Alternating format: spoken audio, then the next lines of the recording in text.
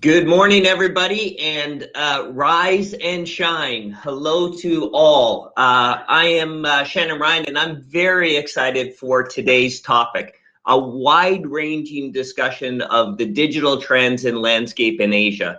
And right off the top, I want to say that I'm very aware of the gross misrepresentation that the simple word Asia means. As a Canadian, I'm keenly aware of the role of geography. However, for shorthand's sake, and for the most part, when we do say Asia, Vincent and myself will be referring to China, and we'll do our best to reference some of those other areas in Asia, like India and Singapore, when it happens. Had to say that off the front.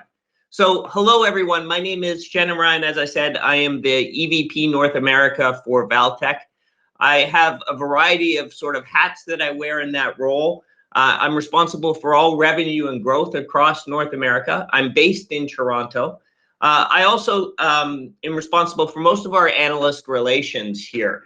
What that means is I get an opportunity to speak to some other really smart people to understand sort of what's going on in the world of digital. And then finally, occasionally I get the opportunity to lean into a few customer engagements where I get a chance to sort of understand the macro and micro trends related to digital and how they affect those businesses. And I spend a lot of my time in the world of retail trying to understand the physical and digital side of those equations and how they're coming together. And that's why this topic is so exciting for me today, because we are joined by Vincent Émond from HSBC, based in Hong Kong. And we're going to have a fantastic discussion about a wide-ranging subject. But no further ado, Vincent, good afternoon, good morning, good evening. Where are, or you're from the future for me today. What time is it now? Yeah, they say it's always tomorrow in Hong Kong. It's 8 p.m. right now. I had my day of work, and I'm spending my evening with you guys. It's a pleasure. I've been living in Hong Kong for around 5 years now, and I have a background of product management. I started as a business analyst and project management, and I worked actually in a company that Valtech acquired. So I worked at Valtech technically, and then I moved to Asia 5 years ago. Worked for AXA Insurance globally in a global role, and specialized in working with their digital program and innovation. And now working at HSBC for 1 year. I worked on the Hong Kong mobile app.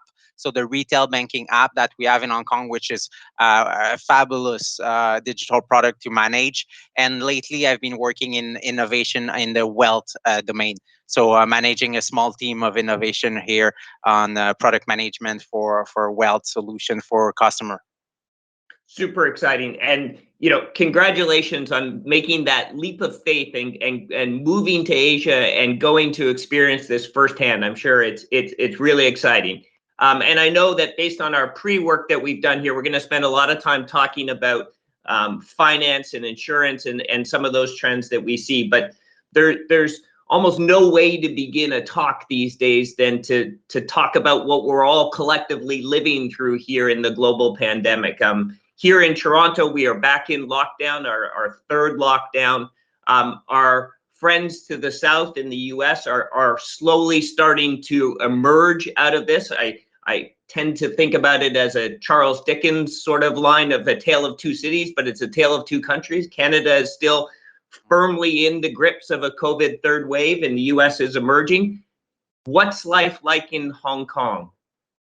Well, you know, Shannon, in the last year and a half, when I was speaking with my friends and family, I told them the thing I keep saying to everyone is there's no better place to live this bad time than Hong Kong. Hong Kong is a fabulous city. It has city time, it has culture, it has nature, it has sports. It's just a perfect little environment to live in. Equilibrate, everything is super nice, and we're really lucky here. Everything's going well. We have around 10 to 20 cases a day on the population of Canadian province. There's 8 million people here, so 10 cases is almost nothing, right? No. Almost everything is back to normal. We have a restriction of 4 people group. The restaurants close at 10, and everybody wears a mask outside and inside. And even outdoor, when you do sports, you see people wearing masks, which is sometimes weird, but actually makes a lot of sense. And the only thing I would say that we're a little bit behind in terms of Hong Kong is in the vaccination rate. We're around 10%. And I'd say that it's probably because people haven't been affected directly in their close entourage by COVID and don't necessarily realize the danger that it represents. One of the common topics that we engage here in North America is trying to pull out our crystal balls and think about the stickiness of what we've gone through in terms of what sticks and what goes back to normal. So from your perspective, is it back to normal, or have some of the sort of COVID measures stuck? Super interesting that you asked this question.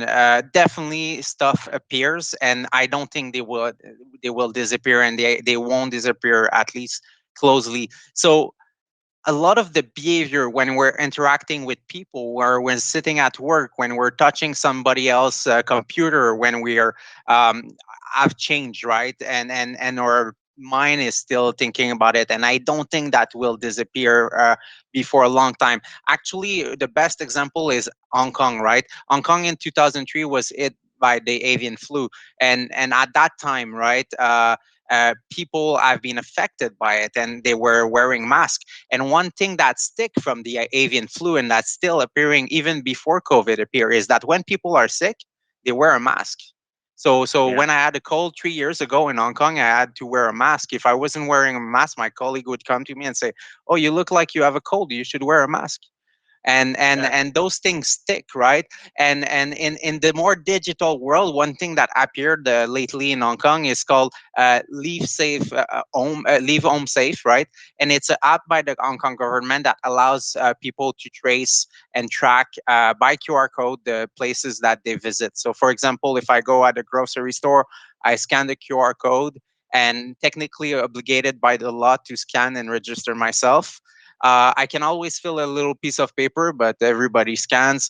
And if they see that somebody was at the grocery store at the same time than me, and I've had the COVID, they will be able to trace me back, and they will put me in quarantine and government quarantine, so that for 14 days, until they're sure that I cannot generate COVID virus. That's So so it's those things stays. Yeah, it's fascinating to me, Vincent, because I think here in North America we have an incredible tenuous relationship to this idea of those tracking apps. Certainly, both Canada and the U.S. Did our best to implement something like that, but there's no doubt that there was reticence on behalf of the population to engage in that, whether it was some sort of nefarious conspiracy that everyone was afraid of, concerns about privacy, whatever it was. There was certainly hesitancy to engage in those apps. What is it about, I mean, obviously in China proper, there's a little bit more of a government oversight related to this, but is there something specific that enables that population to have less concerns about sharing data and the use of data and what that means? Definitely, Shannon. I mean, and people will probably ask question about that. But when we speak about data, right, in China, the first thing that we hear is, "Oh, the government is spying on their citizens." There's actually a thing that appeared 3 years ago in China. Is They have a facial recognition camera at a corner of each street, and they can scan your face and get your ID, and they will send you a ticket if you cross the street. So you will receive a ticket, and with the picture, with your picture, and you crossing the street on a red light, which seems really like something that is going Pretty and heavy-handed, yeah. exactly. But for when you empathize and you position yourself on the other side, for most Chinese people, it's normal. They've lived with it, and they've been in that communist party, that they are part of that group of people. There's this big big sentiment of community and trust in the government, and for them it's simply normal to share their data. So Do from you think it will our change as we get farther away from the historical period of, sort of the more heavy-handed nature of the government side of the equation? As we move farther, will people's relationship with data change? I think we will become more like Chinese, and Oh, it's going to and go the other way. Okay. I personally, that's what I think. I think we will open up our data because in any case, it's impossible to hide everything, right? And at some point, we will discover that who we are is public knowledge, and we are part of that. If we want to be part of that community, we have to share some of our information, and in that sense, I think that the Chinese citizen understand it, and they have took part in that sense, and it's really interesting to see. And it's also the same thing when we're thinking about the private company. The way they act with the private company and the way they interact with private company is also really different. As soon in China, as soon as you have a small marketing program which gives a rebate or a free gift to any Chinese citizen, they will jump on it and they will share their personal data.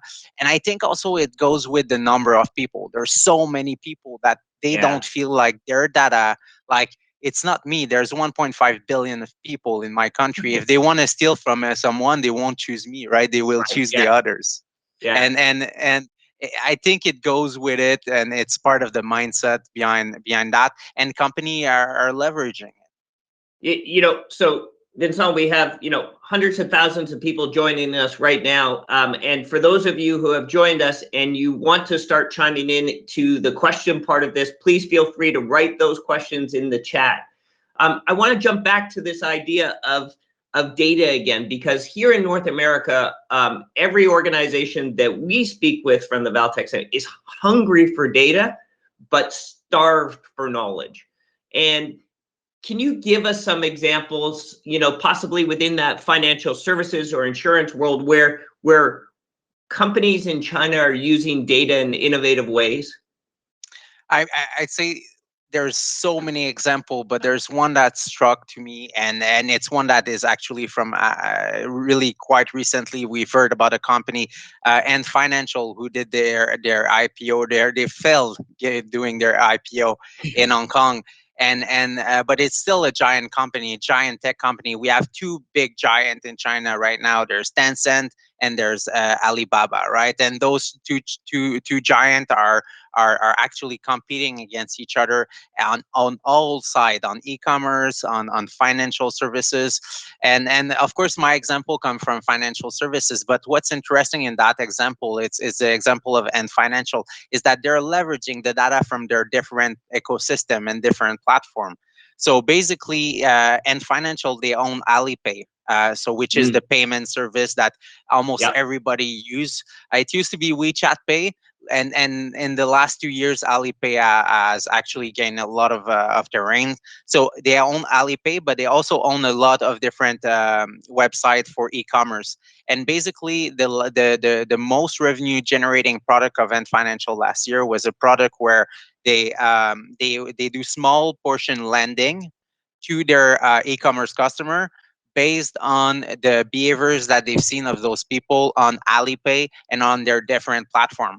And the reason actually Ant Financial can do this is because they also own the data centers and all the power in order to crunch those data under their umbrella that is called Alibaba Cloud, which is the equivalent of AWS or Azure or Microsoft. They have those big capability Yeah. here. So what's interesting for us is when I think about the data side of the equation, inevitably my head goes towards the algorithm space in particular, and some of the things that are possible related to machine learning and some of the sort of inference engines that you can build when you have the scale of data that we're seeing come out of China and different parts of Asia as well. And I think that's one thing that is incredibly hard for North Americans to get their head around is the scale that exists in Asia when you talk about billions of people, and how that relates to things like micropayments and other such things, because they add up. Talk to me about sort of that whole idea of scale and that attitude that exists in terms of getting things done in Asia related to this. It's incredible. I thought, like, I come from Montreal. We worked 8 to 6, and I thought it was big days, right? We used to crunch on some rush in agency sometimes and stay at the office till 10, and it was the end of the day. And sometimes I would get to the office on a Saturday afternoon or a Sunday afternoon just to be the one that works the most, and I was feeling like I was super hardworking. And then well, I arrived here, and actually it's a totally different mindset, and it didn't struck me too much at AXA because we didn't add a lot of I would say engineers in China. But it really struck me when I landed at HSBC. I remember when I was managing the mobile app of Hong Kong. The My team was partially placed in Guangzhou and Xi'an, which are two hub for development, IT development in China, two big city. And I remember our first release. I start receiving meeting invite on, and I see the meeting invite on a Saturday, and I'm like, okay, but I'm sorry, I cannot attend. I'm doing camping this weekend, or I'm doing whatever, and I finally realized that after a month joining that all the team in China, they work 6 days a week. So they have that expression actually in China, and it's not at HSBC, but in Alibaba and those big company where they work 996. So they do 9 a.m. to 9 p.m. 6 days a week. So that working model is there, and I feel it's ingrained, and people are working hard because it's a new thing. It's not, they didn't add it easy when they were kids. Their parents were not easy. When we think about China 50 years ago or 40 Yeah. years ago, it's not the same country. It's not the same thing. So they feel really lucky and engaged to work. And I mean, I made friends in the engineering team that were new people compared to their parents. The functionalism, the way of like growing as the family chief, and making and taking care of everyone in the family is it's really important, and for them, and they work super hard for that. And for me, it's inspiring, and also but also it's not in me, right? I Yeah. will never be able to work 996. It doesn't No. make sense for me. It wouldn't be livable. And I know that it's on one of the things that, drew you to Asia was the work that you were doing in that insurance space in particular. And one of the things that I know you worked on was, again, taking this huge data set that was available and then trying to come up with predictive models and probability related in specifics here to this idea of departure times and delayed flights, and building insurance. Tell us a little bit about that, because it's fascinating as someone who spent hours upon hours in O'Hare Airport, not going anywhere, where I could be actually betting against it and making money. So tell us about that example from ZA Insurance at Axia. Yeah. Yeah, I mean, AXA was for me really. I would say it's the project of a lifetime so far. It's the one of the most exciting project I had to work on, and basically, what it was, it's a flight delay insurance that everything is managed automatically on the blockchain. So on Ethereum blockchain, on Ethereum public blockchain. And basically, we don't need anyone on the back end to work the insurance or do the underwriting. Everything is pre-programmed, and the price is dynamic. So basically, if you take a plane from Shanghai and you to Beijing, you can basically take a scan or go on the website, enter your plane ticket, and basically get decide the price of your premium. So you can decide whether you want to put $5 or $20, and the price of your compensation will vary depending on on the amount that you want to put on. And basically what happens there is that at AXA, the model that we built actually looked into the previous data, and actually looked into a different subset of other data in order to package the price. And all of it was inspired, of course, by a Chinese company that did that, and still doing it, and still strong. And the Chinese company that did it actually has a even better implementation. AXA now since then have closed the program, but Zhonghan Insurance, which is the Chinese version that we inspired AXA product on, is still on existing and still really strong and really popular in China.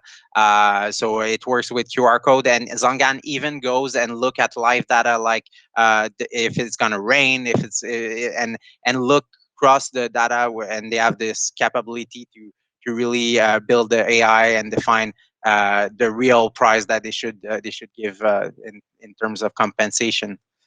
And I could imagine, Vincent, that there are lots of opportunities that would be loosely modeled around this concept, right? The idea that you have a huge data set, you can do some degree of sort of inference, probability, predictability based on that thing, and then create a market that allows people to play against it or play with it in terms of, and you know, airlines is just one of them, but I'm sure there's a whole bunch of other ones that come along with that for sure. Definitely. I mean, some of the for now the application are more and more commercial. So, for example, hotels, like also farmers. They will use what we call parametric insurance. So, for example, they will say, if during the month of July I'm a tomato producer in Canada, if during the month of July I have there's more than 10 days of rain, then I get a compensation because I won't be able to get all my crop, right. So this is existing really in the commercial side, but it's becoming a major trend in the consumer level in China right now.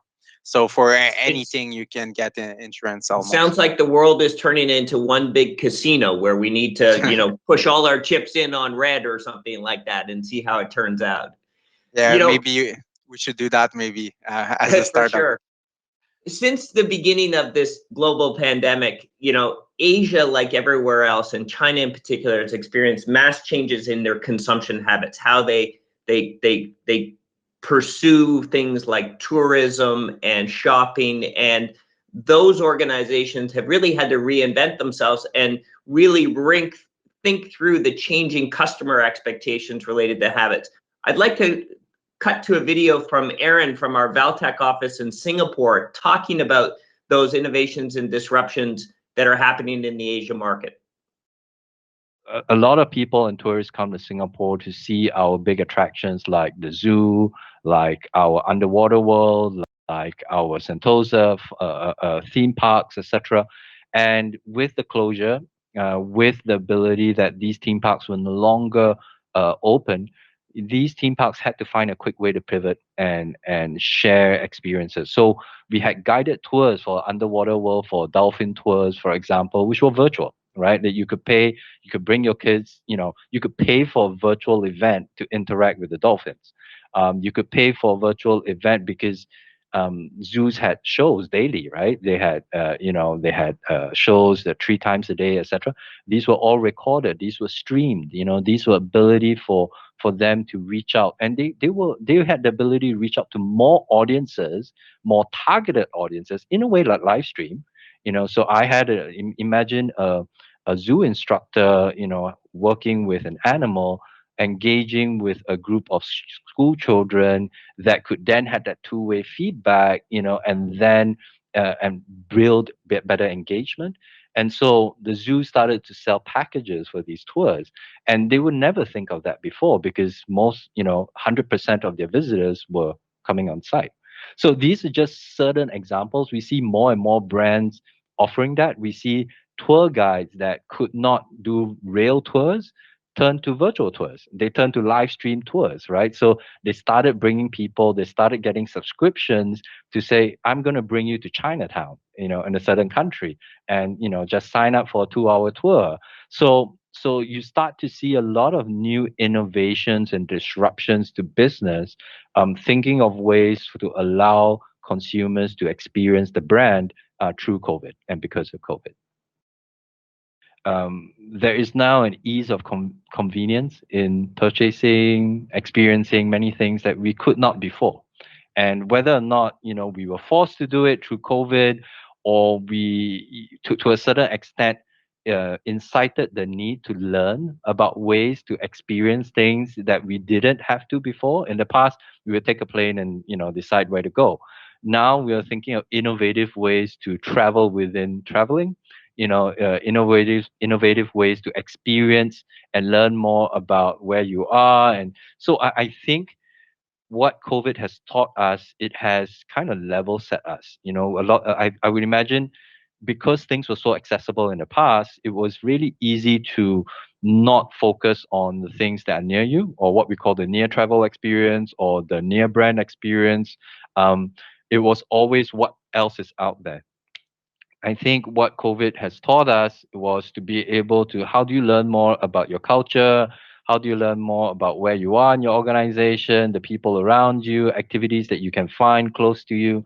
Um, Also, more importantly, people are finding it easier to transact many different things that they weren't able to transact before, right? So being able to get groceries, being able to, I would say, plan for teaching engagements, being able to learn from home, being able to obviously buy anything that you need from home, because of COVID, that has changed our behavior inherently. I don't think that people, once knowing the convenience of these, interacting with brands or buying online or learning about experiences online, they're going to go back to the previous old ways. They're really going to just use this as, I would say, a springboard, to engage better with brands, to learn better. So when we have our borders open up, when we have the ability to travel, I think we would have a multi-dimensional consumer, that's ready to engage in the industry and that's ready to learn more about what's around them compared to pre-COVID. Fascinating stuff, Aaron. Thank you for that. I want to pivot away from the COVID and talk a little bit about some of the, probably one of the more exciting areas that we in North America spend a lot of time trying to understand and look for trends and opportunities to glean information from. And that comes in this sort of broad category of payment and currency, and particularly things like cryptocurrency and digital currencies around this area.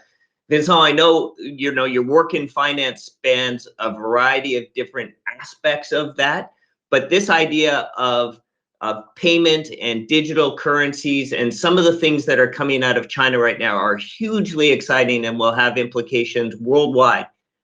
What's your take on that? Tell me what's going on.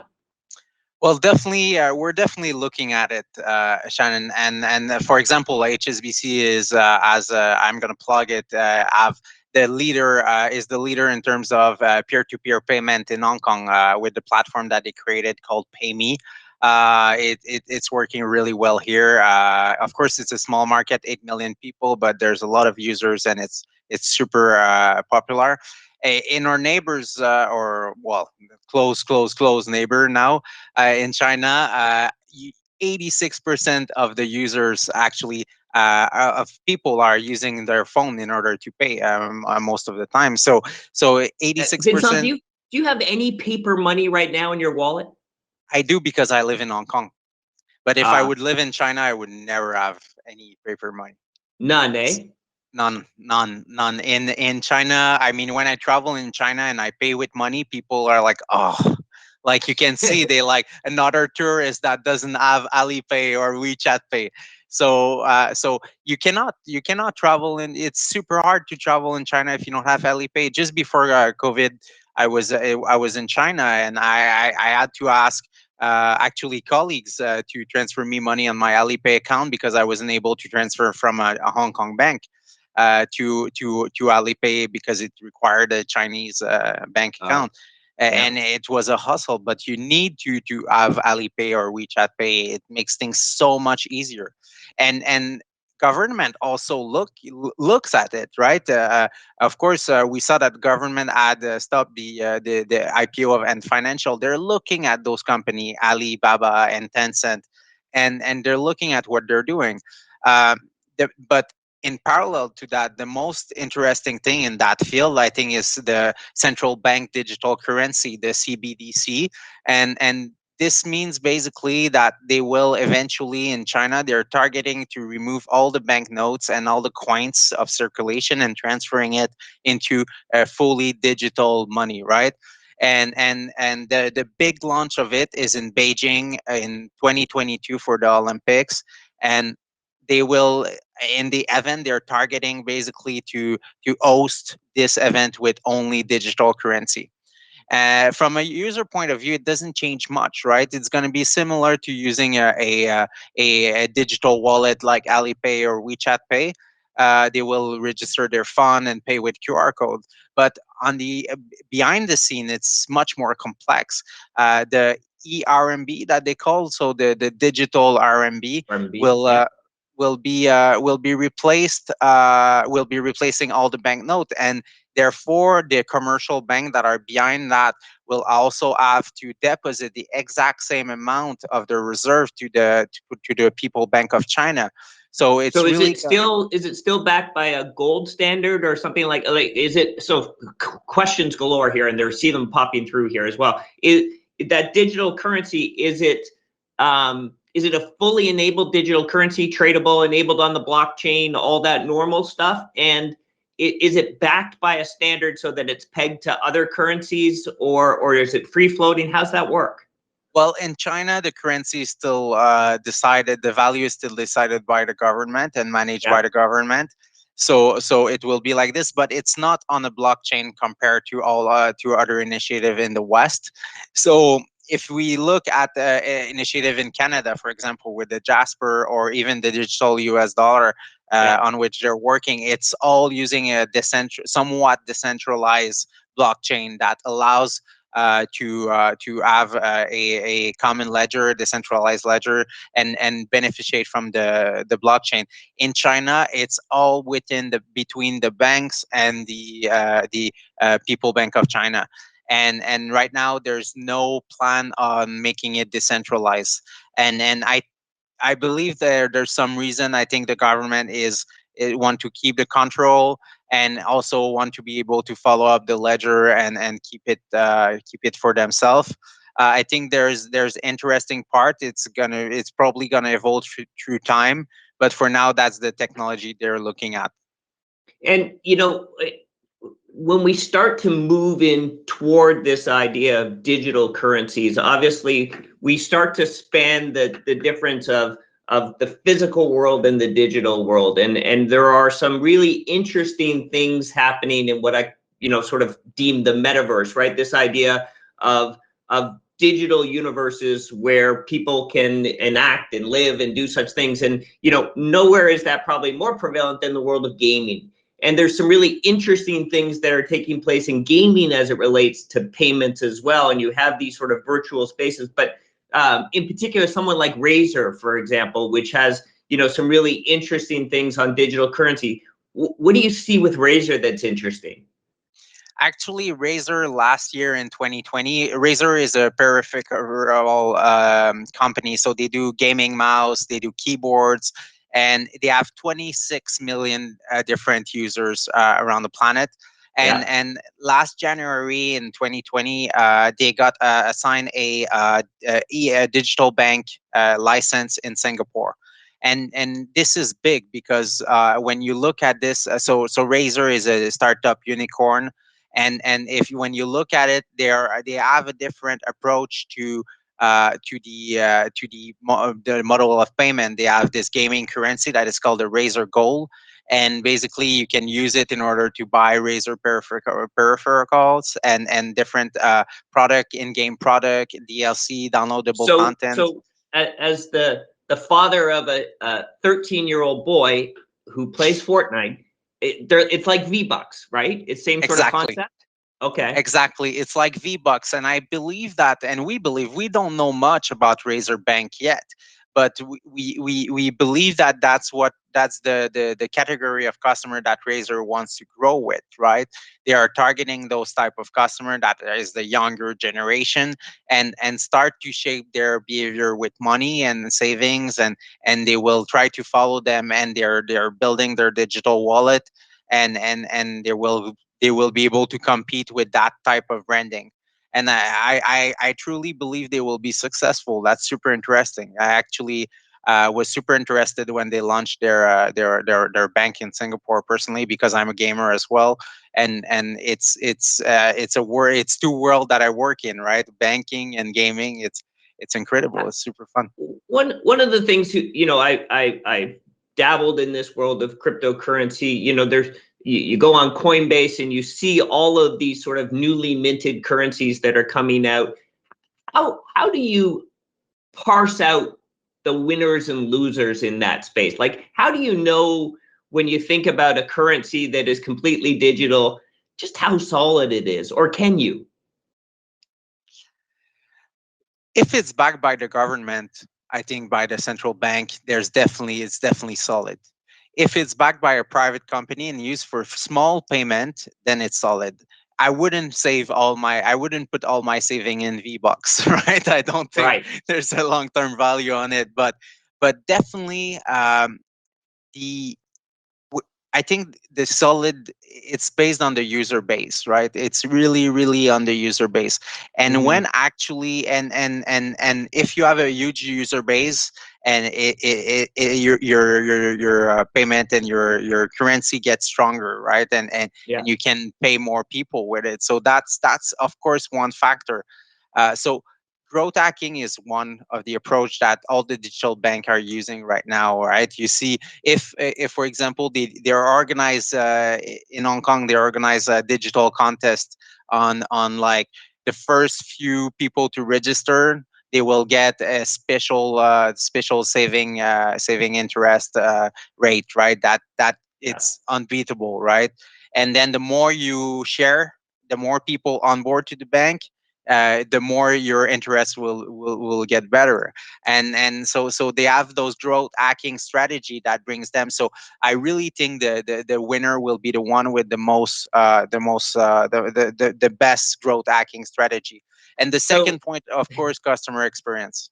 yeah, for sure. So far, I think the world is becoming one big gambling site, and it's related to a pyramid scheme. If you're first in, you benefit the whole side. So we Well, some when things we don't think change, about right? Asia, in particular, no conversation probably can go by without talking about that sort of mothership app of WeChat in particular. Although, as you're saying, Vincent, we know that Alipay and some of the other sort of applications coming out of Alibaba are starting to eat into that. But WeChat still is a very dominant platform where you can do almost anything on your smartphone.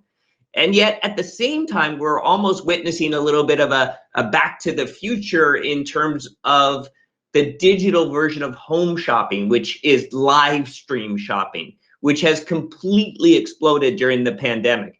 Let's hear from Qingwen, our Chinese social media expert in Valtech, Montreal. Hi everyone, this is Tim, and I'll be talking about 3 emerging trends in e-commerce in Asia post-COVID-19.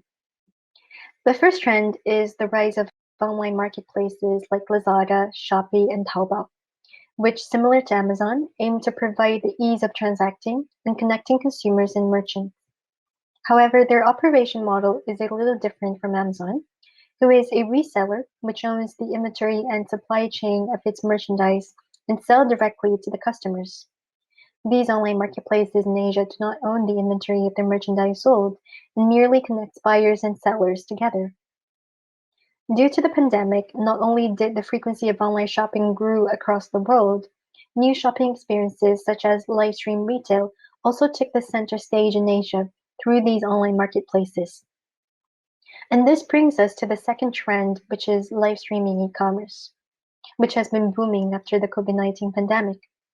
Whether it's lipsticks, fresh oranges, or even rocket launches, E-commerce through live streaming has been gaining a great popularity among both the young and the aged. This model is influencer-driven. There are people who are experienced online salespersons based in different e-commerce platforms and may grow their audience online through continuous live streaming events. Behind these influencers, there are also different multi-channel networks, also known as MCNs, who act similar to entertainment agencies or production companies. They provide trainings to the influencers and manage their activities on different video platforms or e-commerce platforms. Nowadays, through live stream shopping, brands are able to achieve a new efficiency through the new connectivity. As during the lockdowns without physical presence, live stream e-commerce offers a one-click model from brand awareness, product selection, real-time consumer feedback, instant purchase, online payment, and contactless delivery to real-time big data analysis, all seamlessly. And this effectively led to a shift from conversations between products and people to conversations between person and person. On October 21st, 2020, during the first day of October 11, or the Singles Day pre-sale period, Alibaba's two top-performing live streaming influencers generated over $149.4 million in total in a non-refundable pre-sales deposit. Besides partnering with various influencers in e-commerce ecosystems, some brands and retailers are also investing in setting up their own live stream e-commerce teams and going directly to the consumers. For example, on May 21st last year, Alibaba's Tmall announced a more than 600 CEOs live streaming event. One of those events was hosted by Gree Electric Appliances chairwoman Dong Mingzhu, and her live stream event sales reached $918 million. The third trend is team purchase or group buying, which is also based in e-commerce channels. For example, the application Pinduoduo, who finished 2019 with 585.2 million active shoppers on its platform, and it is currently the second largest e-commerce platform on an active user basis behind Alibaba in China.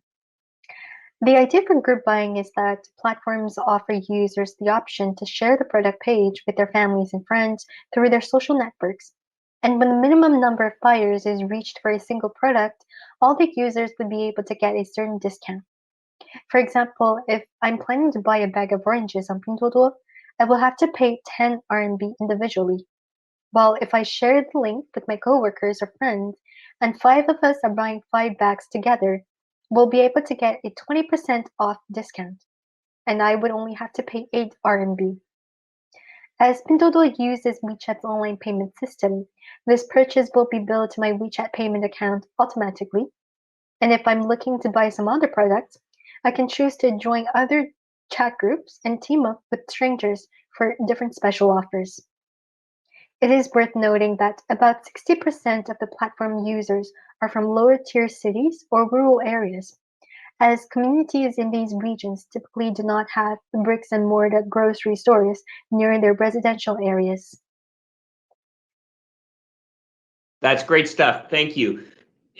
Vincent, I want to pick up on a little bit of what was just sort of conveyed there in the video. One other aspect that's really taken off in the sort of pandemic time outside of the live shopping and streaming is this concept of group buying. Tell us a little bit about what's happening in that area. It's incredible, Shannon. The group buy is something that just appeared, right? It appeared last year, and it's such a major trend that it's actually going over right now. Taobao. Just in this year, there was an investment of 4 billion in the startup that is actually Didi, and they launched their group buy platform. And group buy is super simple, right? I'm Vincent. I decide to buy. I know my uncle is producing bikes, so I decide to organize a group buy of 200 bike. I have 200 bicycle that people can buy. I put it on. I put the picture. 200 people decide to buy it, and then if 400 people, I can even have a lower price, and I get to 30% of the regular price. I get the bike delivered to my place, and that's what's crazy, right? Is that Didi has been able to leverage their current model. So Didi is the equivalent of Uber in China. And what they're doing is actually they're leveraging their drivers in order to do the last mile and the last few miles delivery. So basically, they will come pick up the bicycle and they will deliver them to the people the that bought group. it.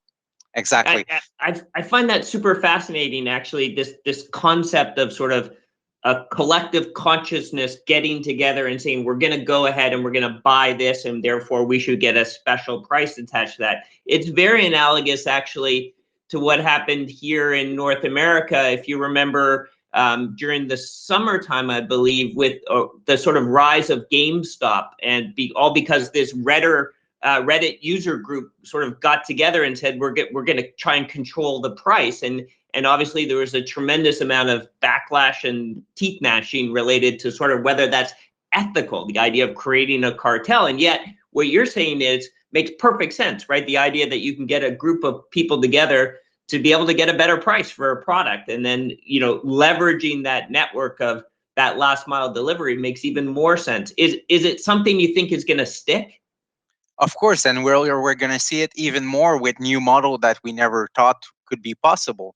The interaction between a group of people gets so easy now, right? And it's so easy to build up new functionalities and platform and develop them super quick that there's nothing that cannot happen, right? And if we think something is too complicated to happen, then there's going to be a technology solution for it at some point.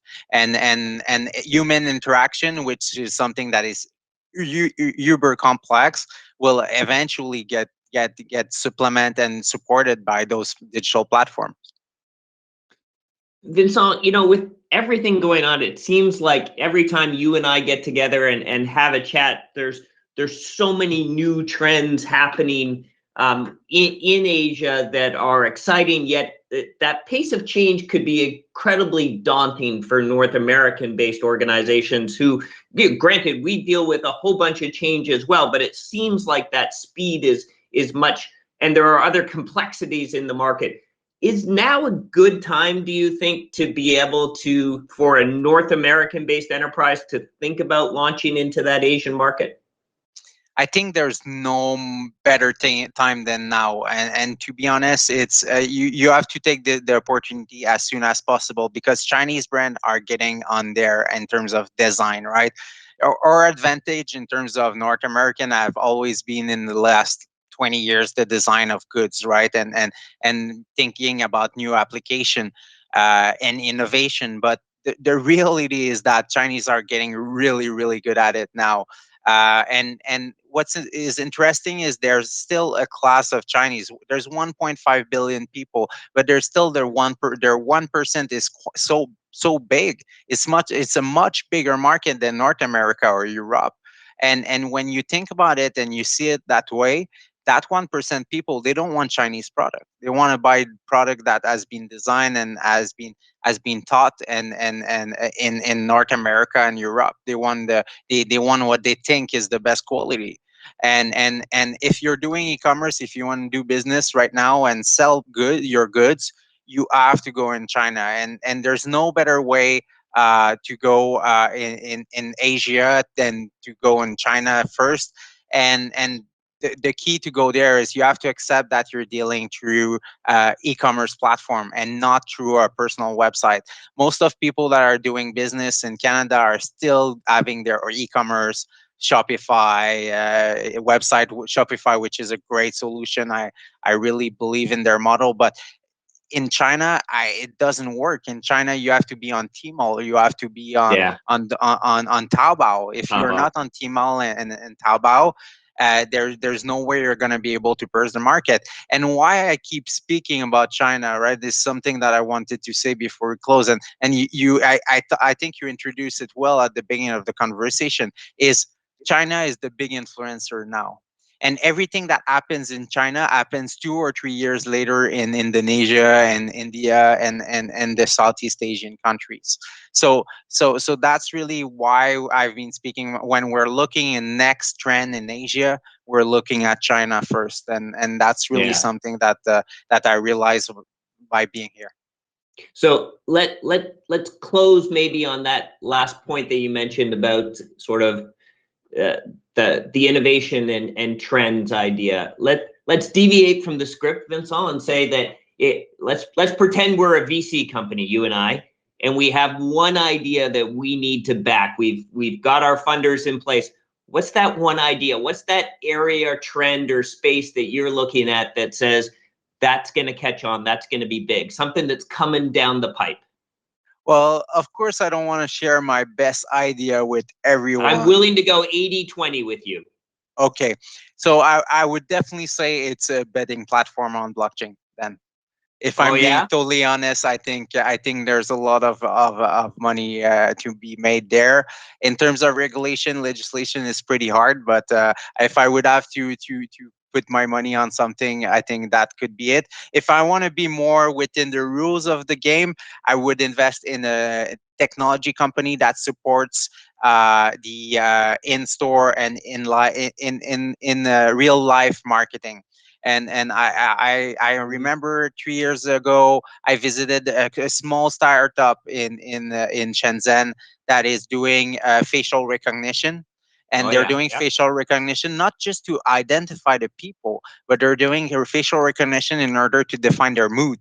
So basically, when somebody show up in a store, in a grocery store, or in anywhere in a service company, they can actually scan their face and know if they're happy or they're unhappy, if they're worried, and based on big data analysis, they can actually have a really accurate read of people's emotion, probably even better than a human. So I think those kind of technology will be the supporting factor for the future. And if I would have to start the company in real life, I think the blockchain gambling company is more something more crazy idea. This would be most probably a better bet. If you're gonna do it, let's go for the moonshot. Vincent, thank you so much for this. I'm going to pivot to some questions here. As we come up to the end of our time, I want to be very conscious of the idea that early morning here in North America, we want to get our day started, even though many of us have only traveled up a few sets of stairs.